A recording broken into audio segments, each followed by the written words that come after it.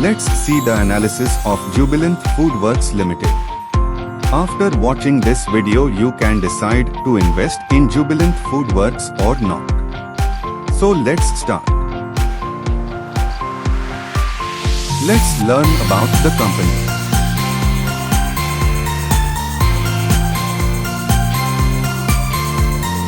See company overview and pros and cons.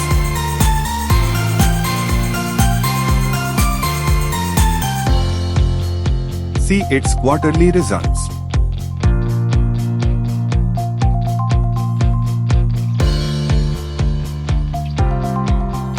See company profit and loss.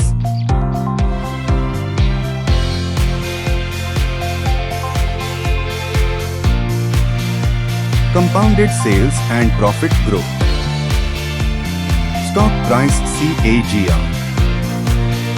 Return on equity.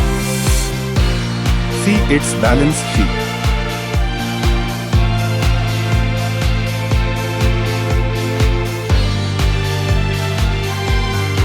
See shareholding pattern.